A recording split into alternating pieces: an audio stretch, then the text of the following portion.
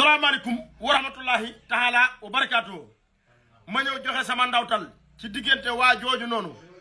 ak ndaw si nga xam ne nii danoo sëyoon ba yàlla dogal mu mujjee ci yoon. dama doon faral di dégg ñu naan jigéen ñi dafa wax naan góor du procès góor bu dul procès rek jigéen mooy doon procès kon. waaye man la personnellement jàpp naa ne ndaw si moo tooñ ndax waa ji mënu koo tooñ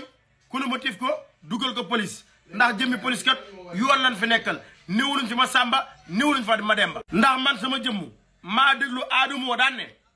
ndaw si jëmma moo jël téléphone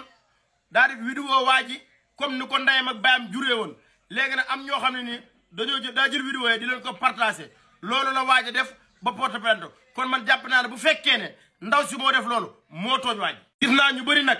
attaqué ku góor ki naan jigéen kenn du ko dóor kenn du ko saaga kenn du ko def dara d'accorduma ci dóor bi waaye ndaw si jëmbam moom si jëmbam warut a jël téléphone di filma waa ji ay waa bàyyi ay bàngalaam di feeñ ba mu jël ko di ko yónnee loolu nag waxee aadamoo la te aadamoo nee na vidéo yi mi ngi ak moom mu téye